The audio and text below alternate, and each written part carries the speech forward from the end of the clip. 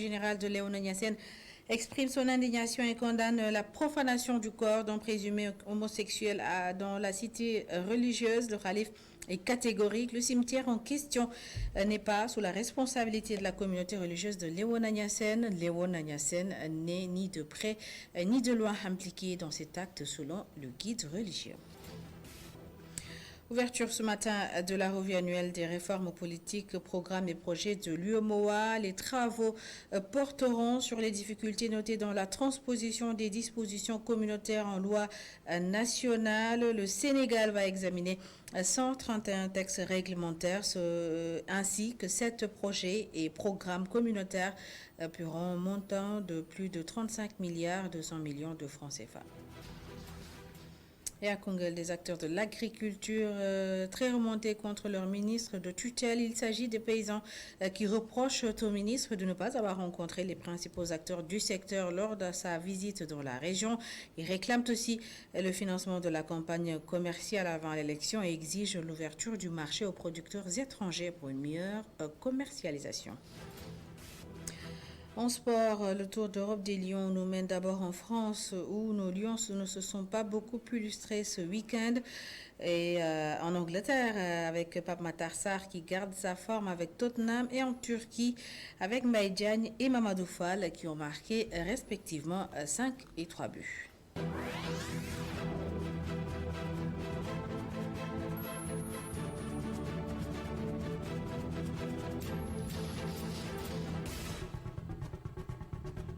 Bienvenue à toutes et à tous. Je vous le disais tout de suite, le calife de Léona Niassène condamne la profanation du corps d'un présumé homosexuel dans la cité religieuse. Selon le guide religieux, le cimetière en question n'est pas sous la responsabilité de la communauté religieuse qu'il dirige et selon Cheikh Tidjane Khalifa Niasse estime que cet acte ne pourrait en aucun cas être justifié ni toléré. Le guide précise que Léona Niassène n'est ni de près ni de loin impliqué dans cet acte et condamne toute forme de violence, d'intolérance et d'atteinte à la vie privée des individus.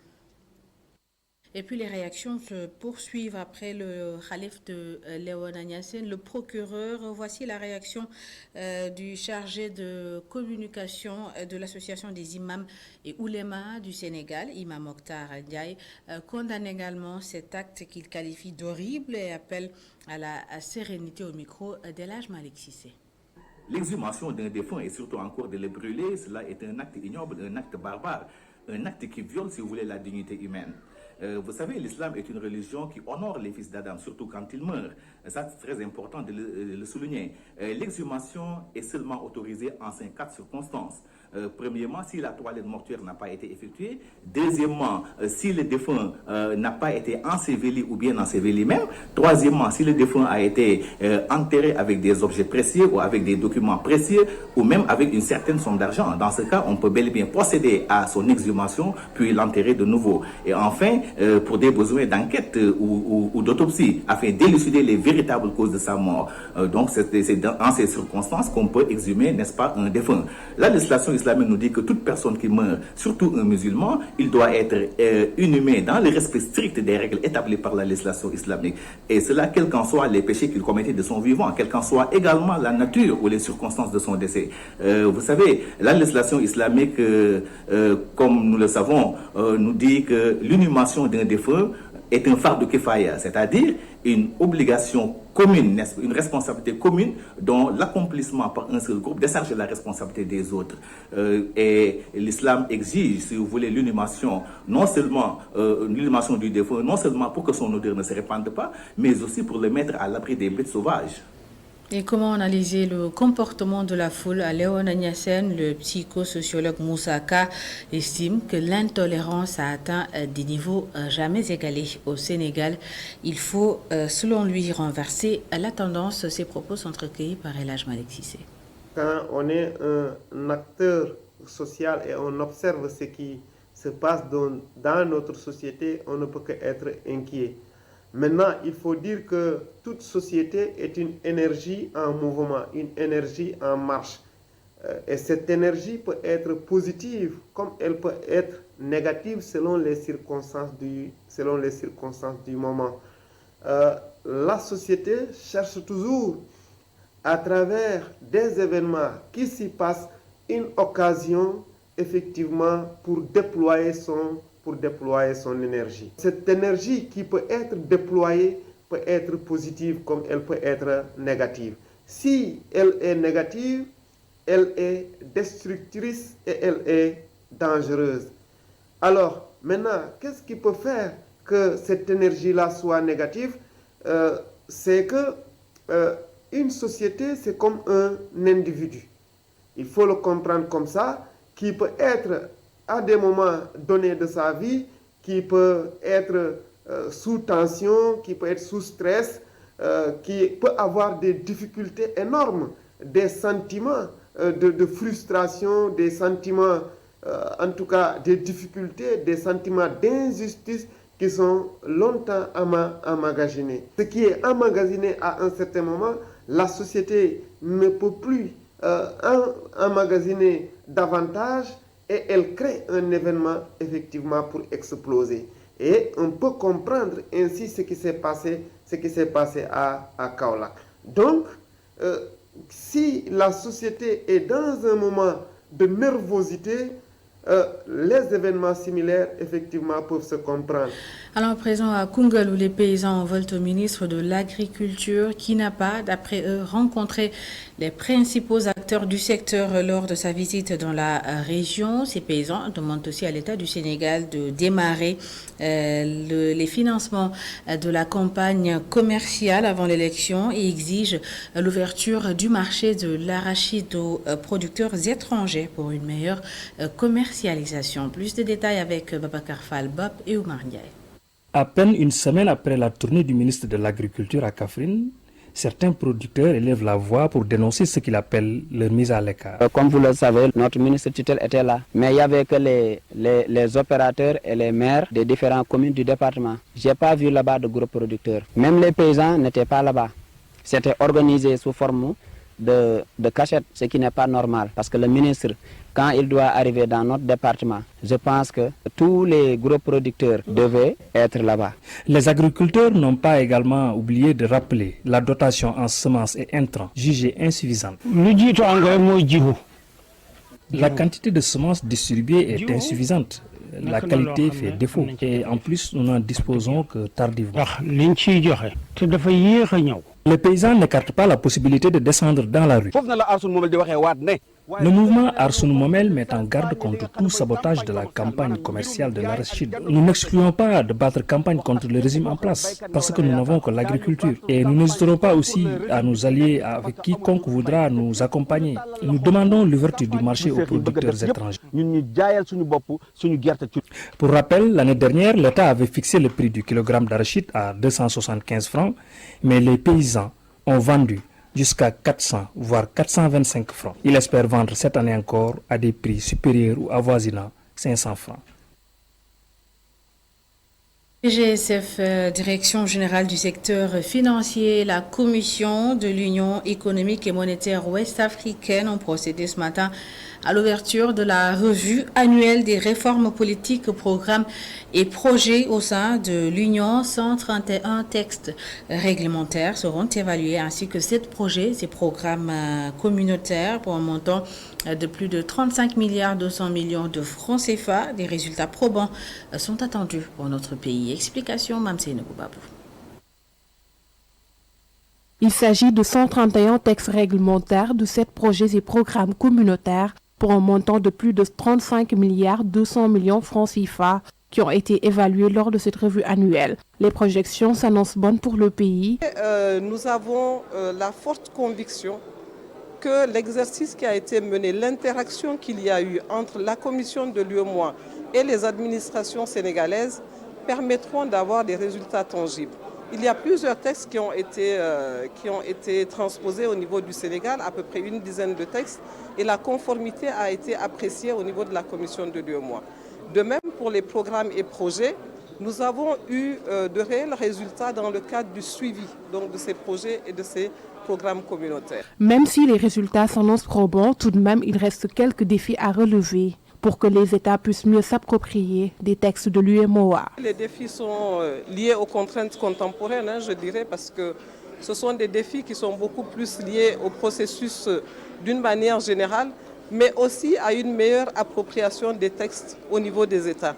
Et c'est la raison pour laquelle la Commission, dans son ensemble, continue d'accompagner les États par des formations, par des accompagnements de diverses natures, pour favoriser donc l'implémentation de la culture de l'intégration au sein des États. La représentante résidente de la Commission de l'UEMOA au Sénégal revient ici sur l'importance de ces revues annuelles.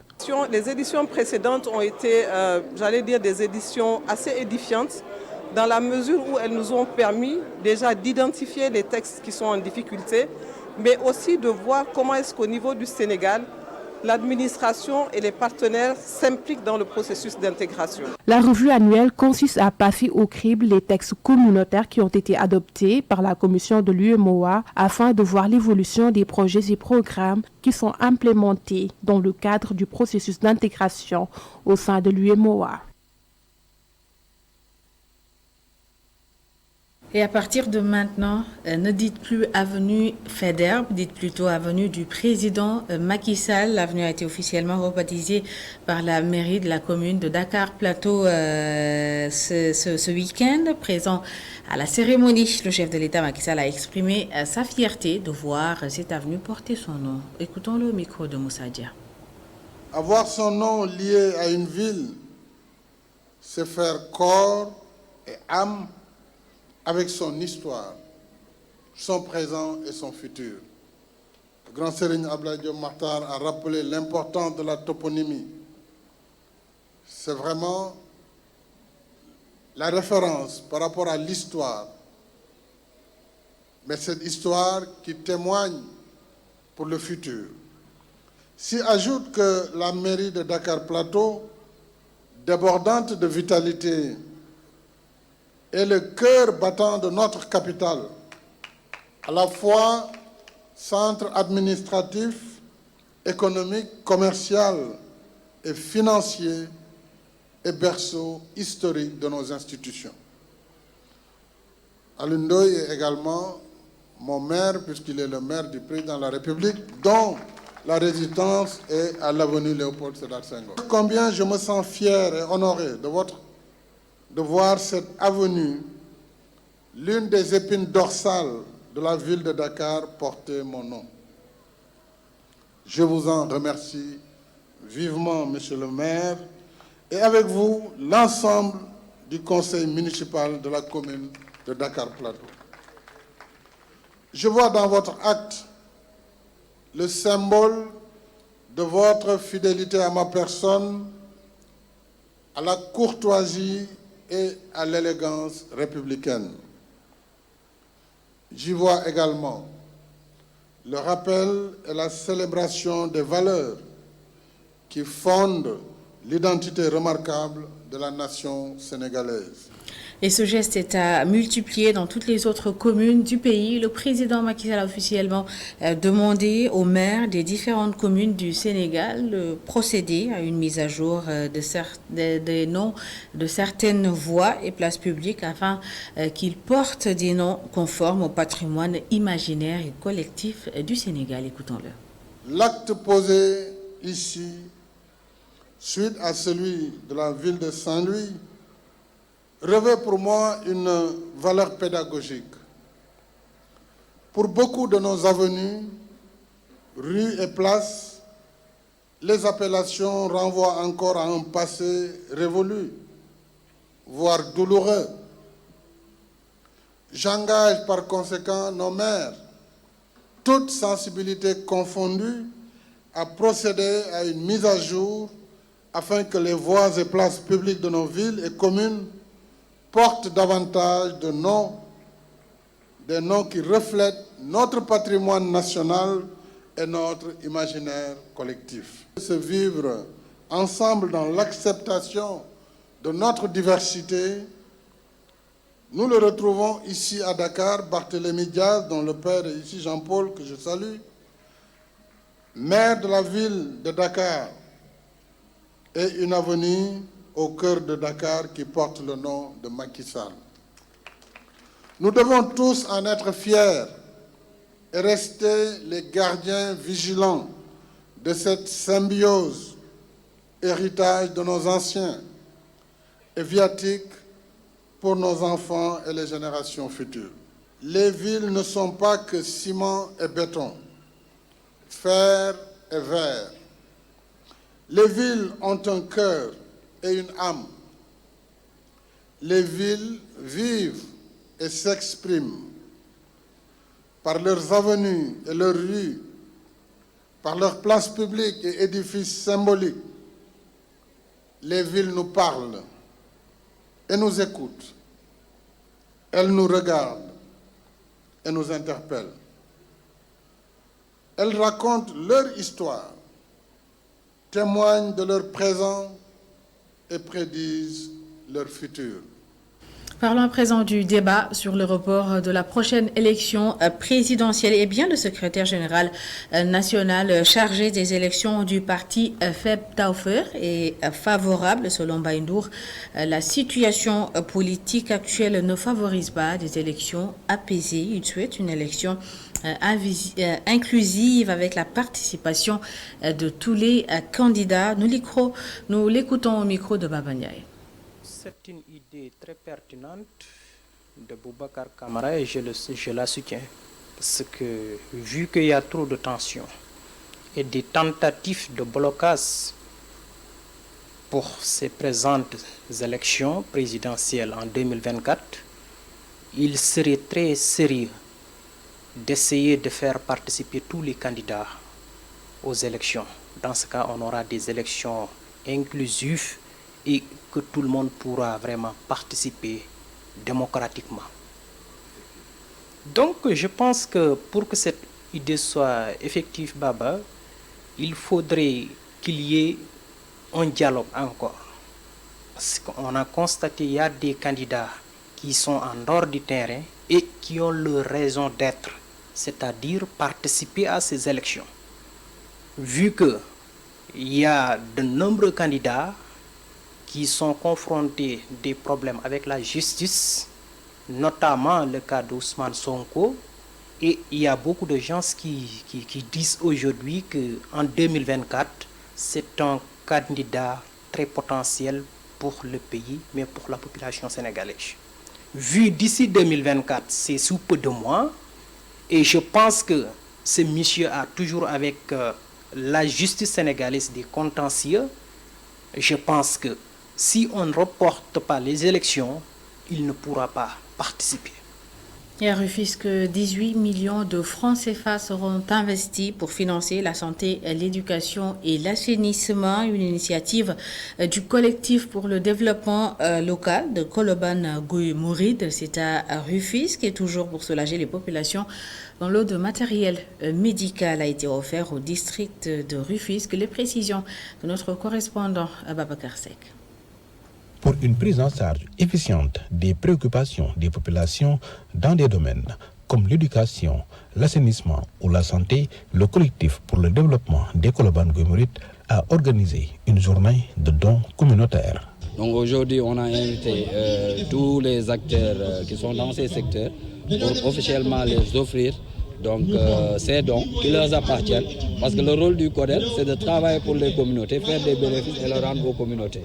Et quand on parle santé, éducation, on ne peut pas dire aujourd'hui développement sans parler de santé et d'éducation. Donc on a appelé la santé, en l'occurrence le médecin district de Rufisque, l'ICP, l'IF, pour leur dire que c'est ça que nous avons fait avec fierté pour votre secteur. Et aujourd'hui, c'est notre rôle et nous nous en glorifions pas. Un appareil d'échographie a été offert au district sanitaire de Rufisque par le CODEL pour réduire les coûts des prestations. C'est un geste qui contribue à l'offre de services au niveau de nos structures sanitaires.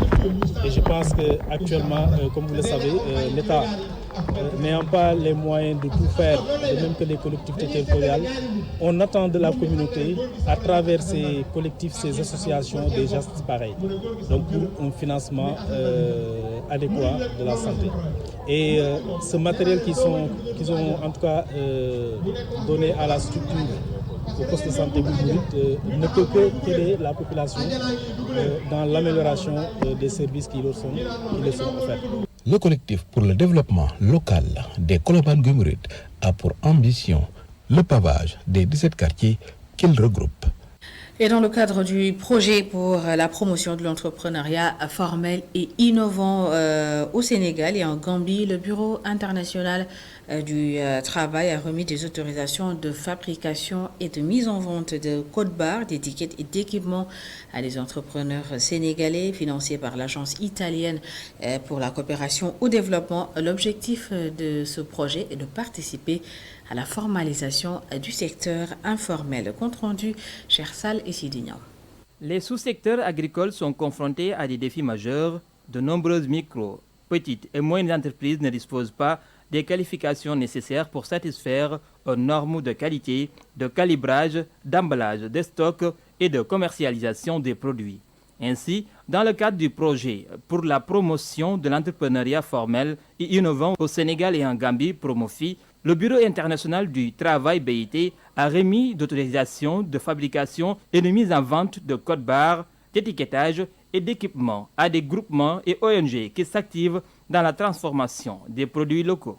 Et ce projet a permis de former au moins presque 1000 personnes, essentiellement des femmes, pour les accompagner, non seulement dans le cadre de l'agroécologie, mais aussi tout ce qui concerne également tout ce qui intervient pour les autres dimensions. Il nous a aidés à nous formaliser d'abord. Il nous a aidés à pouvoir vendre nos produits dans les grandes surfaces.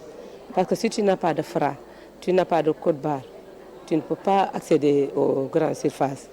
Ce projet, financé par l'Agence italienne pour la coopération au développement, accompagne des politiques d'autonomisation des couches vulnérables en milieu périurbain, promoteur d'initiatives économiques à travers l'amélioration de leur productivité et un meilleur accès au marché et à la protection sociale. À travers les différents ministères, le secteur informel, on le retrouve dans l'élevage, dans la pêche, dans l'agriculture, dans l'artisanat, bien entendu. Et ces initiatives, notamment celles qui nous réunissent aujourd'hui, elles sont nombreuses. Le véritable défi aujourd'hui qui nous interpelle, c'est de pouvoir les regrouper. Je l'ai tantôt dit, lorsque chaque GIE se lève pour demander pour chercher un FRA, il lui sera difficile de l'avoir, surtout ceux qui interviennent dans la transformation, puisque pour chaque produit dérivé, il faudra chercher un FRA. Au Sénégal, l'incapacité du marché du travail formel à fournir des emplois conduit l'essentiel de la population active à rechercher des opportunités dans le secteur informel. Ce dernier constitue 99% des entreprises et 44,6% de la valeur ajoutée du pays. Octobre rose à Sibassor, c'est dans la région de Kaolack. Des jeunes de la localité ont initié une journée de dépistage gratuit du cancer du sein et du cancer du col de l'utérus, une activité accompagnée par le maire de Sibassor qui a pris l'engagement d'aider à suivre tous les cas suspects et les cas confirmés. Sekou Diallo et Astoumbaye. Octobre rouge célébré à Sibassor à travers une journée de dépistage. Fatou Thiawa, sage-femme d'État au poste de santé de Kabatoki. On a 5 ou 6 salles même. Mais dans chaque salle, on a consulté à peu près 40, 50, voire quelque chose comme ça. Les femmes sont venues répondre? Oui, massivement. Même les jeunes filles pour faire le dépistage du cancer du sein. Selon le maire de la commune, cette activité participe à la bonne gestion de la santé communautaire. Donc, pour dire qu'il s'agit d'activités importantes parce que permettant de déceler à temps les éventuelles lésions précancéreuses qui, une fois négligées, vont aboutir donc à des lésions cancéreuses qui vont porter un lourd préjudice à la patiente, mais aussi à l'entourage, parce qu'il s'agit vraiment d'un fardeau économique quand on sait tout ce qui tourne autour de la prise en charge de la maladie cancéreuse. En cas de cas suspect ou confirmé, Ousseynou Diop compte maintenir le suivi. Là, nous prenons l'engagement, donc les premiers cas décelés et qui nécessiteront un accompagnement et pour qui les concernés n'auront pas les moyens, nous nous engageons donc à les accompagner dans la prise en charge, notamment dans l'exécution des examens paracliniques qui devront découler donc des résultats. Les femmes sont venues nombreuses pour se faire dépister et répondre à l'appel de ces jeunes qui ont organisé cette journée de dépistage du cancer du sein. Soir en France, les Lions ne se sont pas beaucoup illustrés ce week-end et d'ailleurs Ismaïla Sarr et Iliman Ndiaye n'ont pas pu disputer l'Olympico à cause de leurs supporters. Mais en Angleterre, Pape Matar Sarr garde sa forme avec Tottenham. En Turquie, Mbaye Diagne marque son 5e but de la saison et Mamadou Fall son 3e de la saison avec Kassim Passa. Le Tour d'Europe des Lions, c'est avec Cheikh Diop. On débute en France avec cette triste actualité. Alors que Iliman Ndiaye Ismaïla Sarr était annoncé titulaire dans l'Olympico face à Lyon, le match n'a pas pu se tenir à cause des supporters marseillais qui ont attaqué et caillassé le bus lyonnais jusqu'à blesser leur entraîneur, Fabio Grosso. Maurice Diaw et Clermont ont été défaits par Nice 1-0. Avec Formose Mendy en défense, Lorient a été battu par Reims 1-0. Avec Crépin Diatta et Ismaël Jacob sur la pelouse, Monaco a été battu par Lille 2-0. Arnaud Sangaté au Havre et Lamine Camara avec l'FC Metz étaient titulaires dans le nul vierge.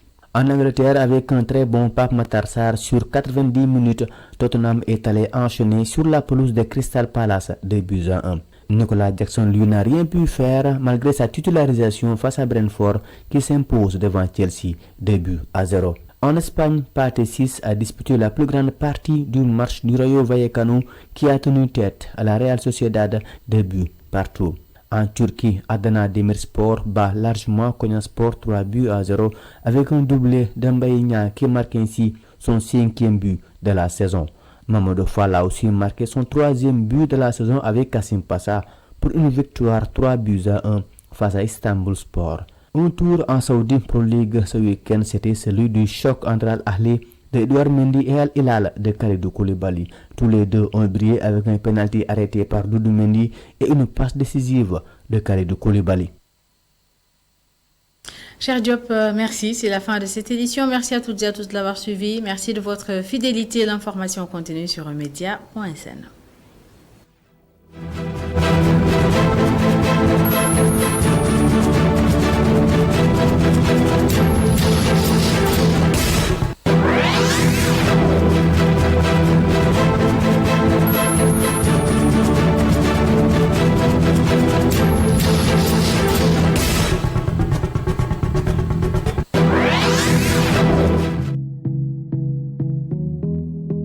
amna solo ngay toppatoo bu baax cawartewu sa champion léeg-léeg nga xëy sa xel du fi ne doo jàpp forme ba noppi doo am benn concentration